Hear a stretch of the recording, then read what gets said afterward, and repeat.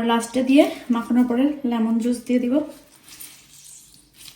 বলে না মানুষ বাঁচার জন্য কত কিছু করে, তো এখন মাথা ঘোরার জন্য এটা আমার এমনি সময় বাইন্দে পিটাইলেও খাইতাম না।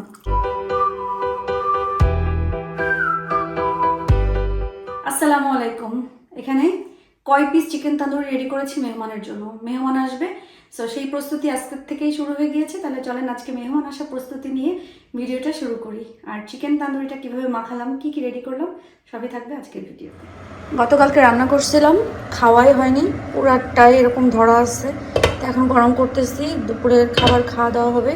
আর এখানে তো আমার বেগুন আর ডিম এটাও একদম ধরা হয় নাই, প্লাস এখানে যে তরকারি আছে এগুলোও ধরা হয় নাই। আমি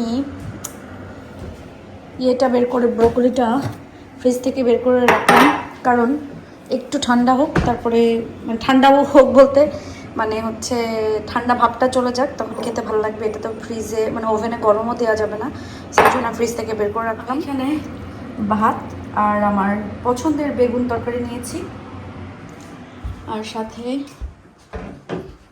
আহিল এখানে খাচ্ছে। কি আব্বা?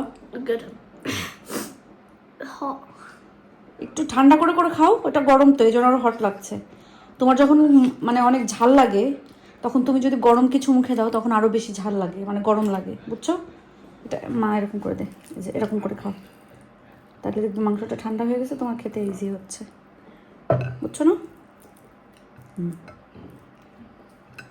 ইভেন সেম পটেটো এরকম করে নাও, খেতে পারবো ভালো।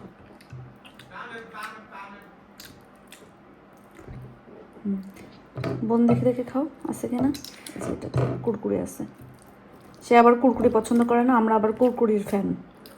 এটা কুরকুরি ভালো না? না। তা কি কুরকুরি? উইংসের কুরকুরি ভালো লাগে? হ্যাঁ। তো এটাও তো একটা উইংস। না না না। আচ্ছা, ফ্রাই? ইয়া ফ্রাই ফ্রাই। ওকে, খাও। আজকে ক্লিনিং লেডি আসছিল না, পুরো ঘরটা সুন্দর করে ক্লিন করে দিয়ে গেছে। তা আমি যখন আসছে তখন আর আমি রান্নাঘরে ঢুকি নাই, আমি উপরে চলে গেছি। পরে রান্নাঘরে এসে দেখি সেই কি সুন্দর আমার এই লাল টাওয়ালগুলা দিয়ে একটা ক্রিসমাস বউটাই যেটা ওটা তৈরি করে গেছে। কারণ কালকে তো তাদের মানে আজকে যখন ভিডিও সবাই দেখবেন, আজকে তো হচ্ছে খ্রিস্টান ধর্মের বড় দিন। তো ওরাও তো হচ্ছে খ্রিস্টান বা ব্রিটিশ, ওদের তো আজকে অনেক উৎসব মুখর দিন।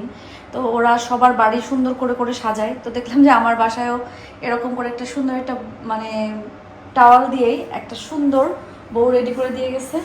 তো যাই হোক, আর এখানে আমার যেহেতু মেহমান আসবে, আপনাদের ইব্রাহিম ভাই শত ব্যস্ততার ভিতরেও মুরগি এনে দিয়ে গেছে। মুরগির লেগগুলো এগুলো ক্লিন করে সব কিছু মাথায় টাখায় রাখতে হবে। তার আগে আমরা একটু খাওয়া দাওয়া করে নিই। আমি দেখছি অনেকেরই ইয়ে করে সব রাখে। আমরা এখন হচ্ছে তান্দুরি চিকেনের জন্য এখানে চিকেন লেগটা পুরো ক্লিন করে ফেলবো। তান্দুরি চিকেন যেটা ক্লিন করে করে রাখি, পানি ঝরা দিতে হবে, পরে আমরা এটা মাখার ভিতরে রাখবো। চিকেনগুলো সব ক্লিন করা শেষ। নুপুর আপু এখন এটাকে কাঁচাইতেছে, তো কাঁচাইতেছে সুন্দর করে। একটু বেশি বেশি করে দিচ্ছি, কারণ মশলাটা ঢুকবে না ভালো মতো, পরে এতে গেলে বেশি হয়ে যাবে না। একটু কম দেবো তাহলে? দেখ তাহলে হ্যাঁ, আর একটু কম করে দেন। ঠিক আছে। হ্যাঁ হ্যাঁ হ্যাঁ, আর একটু কম করে দিয়ে দেন, আর পরে আবার যে ওভেনে গেলে ইয়ে হয়ে যাবে।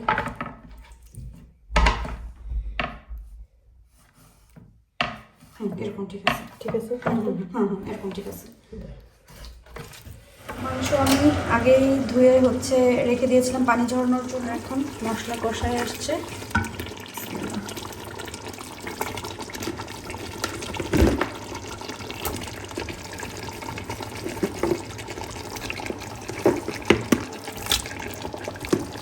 মনের মাধুরী মিশায় মাংস রান্না করবে। এই আল্লাহ, মনের মাধুরী মিশাতে যে পাতলি করিস না করিস না করিস না।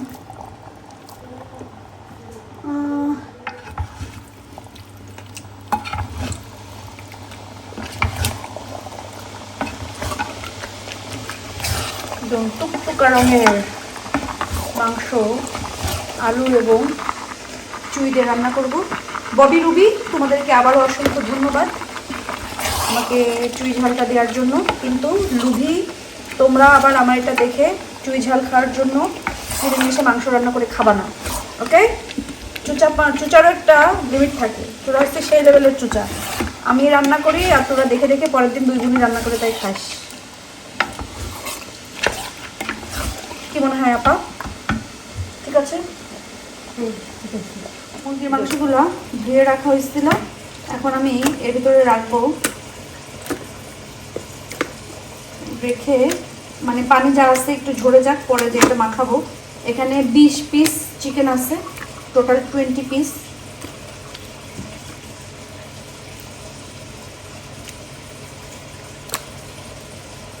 এখানে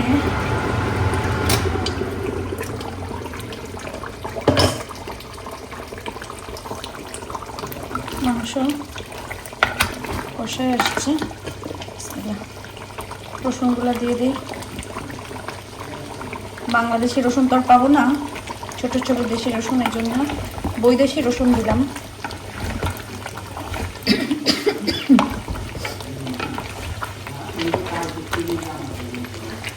দিয়ে দিচ্ছি আলু আর চুই একসাথে কষাই, দিয়ে দিচ্ছি ঝোলের পানি।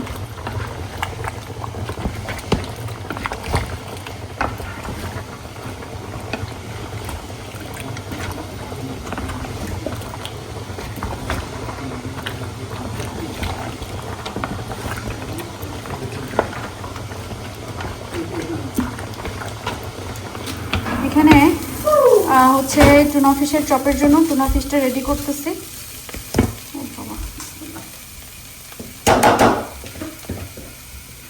এটাকে নিয়ে গেল তো বাবা, এই যে এটা নিয়ে গেল।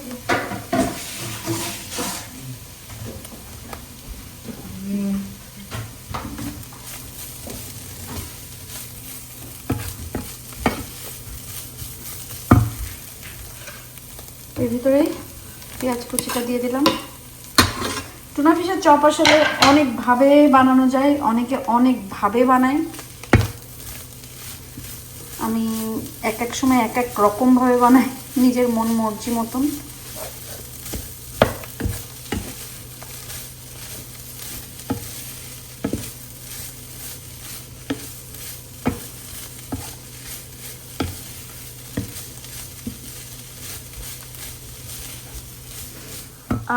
তান্দুরি চিকেনগুলো মাখাবো, এটার জন্য গার্লিক জিঞ্জার পেস্ট আর টক দই দিয়েছি, এক এক করে সব মশলাও দিয়ে রাখবো।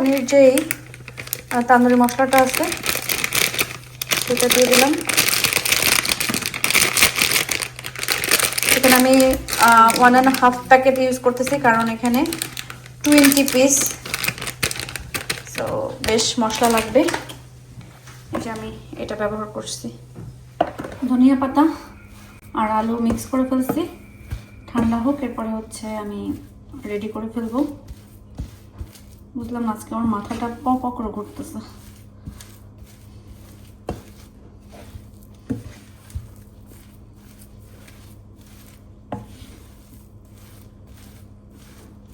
ঠান্ডা হোক, পরে হাত দিয়ে ভালোভাবে চটকায় নিয়ে নেব। মশলা টসলা দেওয়ার পরে আমি এখানে এখন সবগুলো সুন্দর করে টক দইয়ের সাথে ভালো করে মিক্স করে নেব।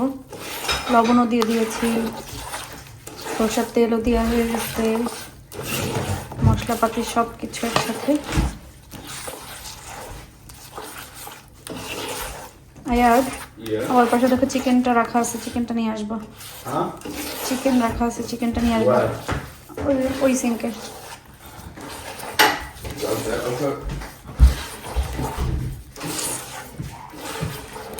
ভালো করে মিক্স করে ফেলছি, লবণটাও চেক করছি, পারফেক্ট আছে।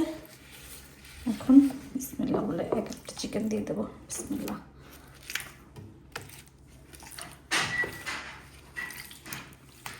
এরকম যেহেতু আমার আরো বড় কোনো কিছু নাই, এরকম উল্টায় এগুলাকে সুন্দর মতন এভাবে মাখাইতে হবে, যেন প্রত্যেকটা চিকেনে ভালো করে মশলা মাখে। আর সারা রাত্রে মশলাটা ভালোভাবে ম্যারিনেট করে সব কিছু ভিতরে চিকেনের ভিতরে এই যে কাচ করে দেওয়া হয়েছে সুন্দর মতন। উল্টায় এক একটা চিকেন এরকম করে মশলা মাখাইতে হবে। আর লাস্টে দিয়ে মাখানোর পরে লেমন জুস দিয়ে দিব। পুরোটা দিলে আবার বেশি টক হয়ে যাবে না? Nah, there's so much chicken there, so if you continue macaroning it quickly, it should probably spread out. Probably should have spread the squeezing out so it's not on like one continuous focus point. It's okay. Ugh. It sounds like so wet.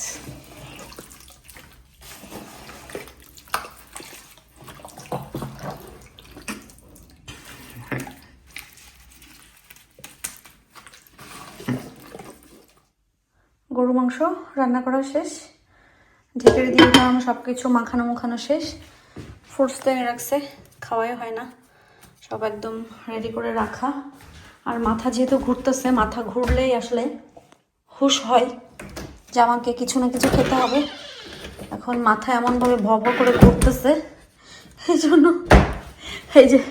এই juice নিয়ে বসছি যে এই জুসটা আমাকে খাইতে হবে। আনছিলামই আসলে আমার মাথা ঘোরার জন্য, তো এটা এখন খেয়ে শেষ তো করতে পারবো না, কারণ এটা এমন বাজে একটা ফ্লেভার বা ফ্রুটসের একটা যেই স্মেল আসে, পুরো মনে হয় বাচ্চাদের ওষুধগুলাই খাওয়া দিচ্ছে এরকম লাগে। বলে না মানুষ না বাঁচার জন্য কত কিছু করে, তো এখন মাথা ঘোরার জন্য এটা আমার এমনি সময় বাইন্দে পিটাইলেও খাইতাম না। এটা এখন যেহেতু মাথাটা ঘুর ঘুর ঘুর ঘুর করতেছে না, একদম পুরো দাঁড়াই আছে যে আমার মনে ঘুরাই ফেলতেছে, এই জন্য এটা খাবো। আগে ঠিক এতটুকু খেলাম, এখন আবার এতটুকু খাবো। সব কিছু গোছগাছ করে উপরে যে কি করলাম, হাত মুখ ধুলাম, গোসল গাম মানে হাফ ইয়ে করে, কারণ তরকারির গন্ধ নিয়ে একদম ঘুমানো যাবে না। আহিলে সে আবার একটু টমেটো দিয়ে ভাত খেয়েছে এটা। আর চিকেন এতখানিকটা চিকেন বা এত বড় পাতিল তো আসলে ফ্রিজে রাখা যাবে না, তো আমার এই সাইডটা পুরো উড়ি আলাদা একদম আইসল্যান্ড হয়ে আছে, তা এই পাশে নিয়ে এসে রাখছি। এটা ঢেকে এভাবে থাকবে ইনশাল্লাহ। কালকে এটাকে আমি ওভেনে দিয়ে দেবো। আর কি যে ঠান্ডা এই পাশে, পুরো একদম আইসল্যান্ড। আলহামদুলিল্লাহ, গতকালকে বলছিলাম যে মেহমান আসার কথা আছে, তো মেহমান আসার কথা ছিল আজকে, কিন্তু মেহমান আজকে আসতে পারেনি, ইনশাল্লাহ কালকে আসবে। তো আমি মোটামুটি সব রেডি করছি। মেনলি হয় কি যে ক্রিসমাস টাইমে সবার অফ থাকে, মানে কারণ দোকানপাট, রেস্টুরেন্ট, অফিস, আদালত সব বন্ধ থাকে। এই জন্য একটা দিন এমন হয় যে সবার অফ থাকে এবং সবাই ফ্রি থাকে। এই জন্য একটা গেট টুগেদার পার্টি বা গেট টুগেদার সবাই করেই থাকে। বাট আমার তো এমনি মেহমান আসবে, মেহমান আসার কথা, সব কিছু মেলায়। এই জন্যই কালকে বাসায় মেহমান আসতেছে, খাওয়া দাওয়া হবে, এই আর কি।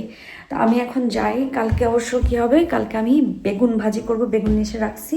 এখন আমি সব কিছু অফ করে দিতে দিতে উপরে যাই, কারণ নিচে অনেক ঠান্ডা, -1 কি 2 দিচ্ছে এখানে। কি বলতে চাইছিলাম যেন ভুলে গেছি। এখানে এসে আমি কি বল, ও আচ্ছা, এটা এই যে এই পারফিউমটার কোনটা, এটা পার্পল একটা আছে না, পার্পল, এটা সেল দিছে আমি দেখছি পারফিউম শপে। তো দেখি বক্সিং ডের দিন যে দেখবো এটা স্টিল সেল থাকে কিনা। যদি সেল থাকে তাহলে হয়তো বা পার্পলটা, যদি মানে ঘ্রাণও ভালো লাগে তাহলে হয়তো বা পার্পলটা কিনবো। পিঙ্ক, ব্লু অ্যান্ড পার্পল, লেমনটা আর মেরুনটা ভালো লাগে না আমার। লেমনটা একটু কেমন যেন, লেমন ফ্রুটস লেমন ফ্লেভার, আর মেরুন নতুন আসছে, ওটা আমার কাছে ভালো লাগে না। বাট এই দুইটা ঠিক আছে, বাট পার্পলটাও দেখবো কেমন। ঘুমাই গেছে, স্কুল বন্ধ থাকার কারণে ওইগুলো আজ কয়েকদিন একটু দেরিতেই বেডে যায়। আমি দাবড়াই আর্লি বেডে দেই, তারপরেও দেরিতে বেডে যাই। বাট এখন ঘুমাই গেছে, যাই হোক না কেন, আমি এখন ঘুমায় যাব। তো আশা করি আজকের ভিডিও সবার ভালো লেগেছে। আর প্রতিদিন সবার এত ভালোবাসা, এত কমেন্ট পেয়ে আমার আসলে নিজেকে অনেক বেশি লাকি মনে হয়। থ্যাংক ইউ সো মাচ সবাইকে যে এত কষ্ট করে ভিডিও দেখেন এবং দেখার পর একটা মন্তব্য করে যান, সেটার জন্য থ্যাংক ইউ সো মাচ। তো আজকের ভিডিওটা এখানে শেষ করছি। সবাই আজকের মতন ভালো থাকবেন, সুস্থ থাকবেন এবং নিরাপদে থাকবেন। আপনারা আল্লাহর কাছে দোয়া করবেন আমরাও যেন ভালো থাকি, সুস্থ থাকি এবং নিরাপদে থাকি। তো আজকের মতন বিদায় নিচ্ছি। আল্লাহ হাফেজ।